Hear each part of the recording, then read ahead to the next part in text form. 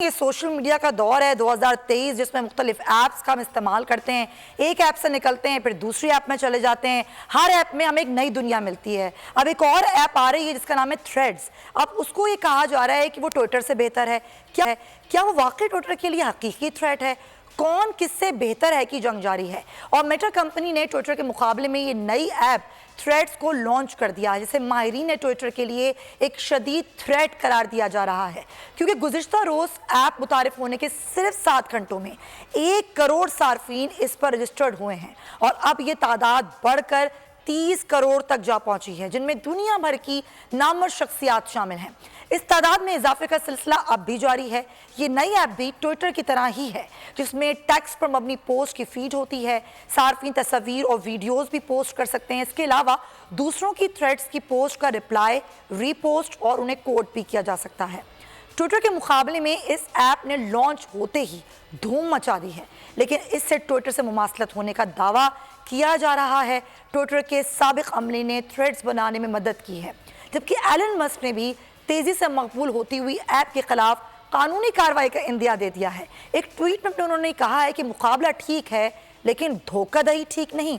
लेकिन मेटा ने इन दावों की सख्ती से तरदीद कर दी है।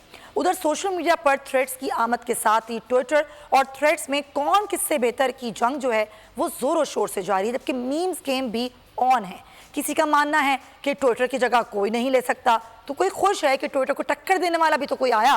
किसी ने कहा ये अजीब है, ट्विटर पर जाओ तो थ्रेड्स के चर्चे हैं, थ्रेड्स पर जाओ तो ट्विटर के किस्से छिड़े होते हैं। तो किसी ने थ्रेड ऐप के फीचर्स की पसंद और नापसंद को शेयर भी किया है। इस करेंगे में ज्वाइन करें सोशल मीडिया एक्सपर्ट हैं असद खान साहब। अस्सलाम वालेकुम असद।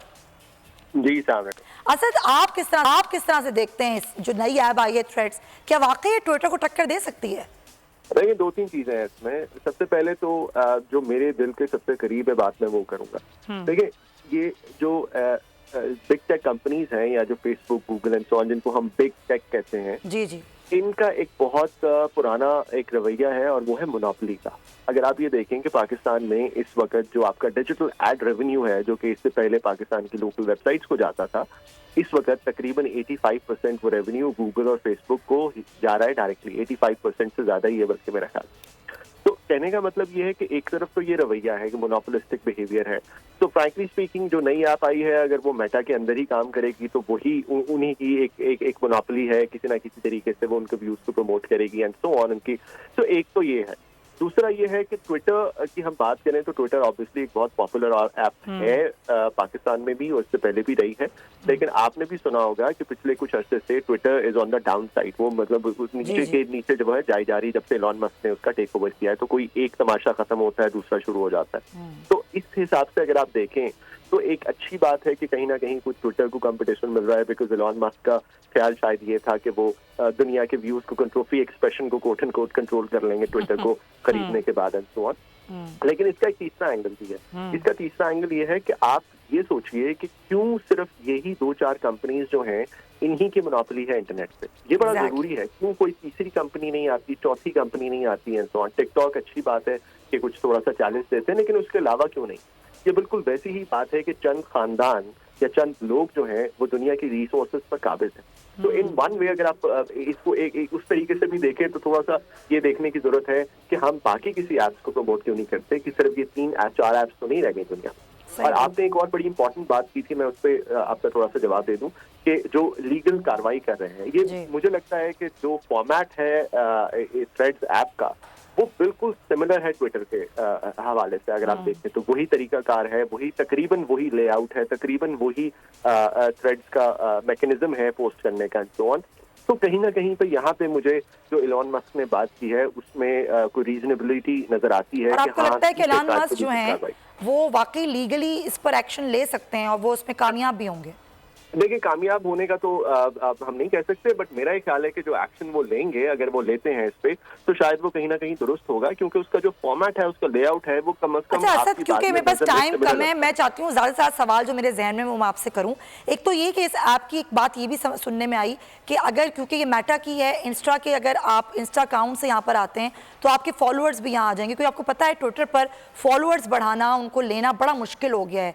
तो क्या आपको लगता है कि ये भी एक चीज़ हो सकती है और अगर ये हुई तो ये एक तरह की इंटरेस्ट पैदा करेगी लोगों में? जी बिल्कुल है, बिल्कुल है। देखें, आपके जो इंस्टा के जो आपके इन्फ्लुएंसर्स हैं या जो इंस्टा पे आपके लोग जिनकी फॉलोअर्स की तादाद ज्यादा है, वो बड़े फर्क है ट्विटर से जी। और अगर वो लोग इंस्टा पे, अब वो लोग थ्रेड्स पे आते हैं तो वो ऑटोमेटिक नोटिफिकेशन के साथ अपने फॉलोअर्स को यहाँ पे लेके आते हैं, तो डेफिनेटली एक बहुत बड़ा डेंट देगी। और यही वजह, आपने कहा ना कि करोड़ों लोग ज्वाइन कर रहे हैं, उसकी एक मेजर वजह यही है कि जब आप माइग्रेट करते हैं, अंग्रेजी में हम इसका वर्ड यूज करते हैं माइग्रेशन का, जब आप माइग्रेट करते हैं तो वो जो ऑटो नोटिफिकेशन जाती हैं और सबको आप एक ही बटन से अपने वहां पे लेके आ सकते हैं, ये बड़ा उसका कंट्रीब्यूटिंग फैक्टर है जिसकी वजह समझें कि मेहनत नहीं करनी पड़ेगी ना अपने नए फॉलोअर्स बढ़ाने के लिए, तो वो सारे फॉलोअर्स उठ के वहां पे आ जाएंगे। आसान अल्फाज में हम इस तरह बात करते हैं। बहुत शुक्रिया असद साहब, आपको फिर हम दावत देंगे वक्त की कम, लेकिन ये दौर जो है इसमें आपने जरा ध्यान से ऐप्स का इस्तेमाल करना है, क्योंकि बहुत सारा डाटा, आपका पर्सनल डाटा भी इसमें शेयर हो रहा होता है। अगर मेटा की बात करें,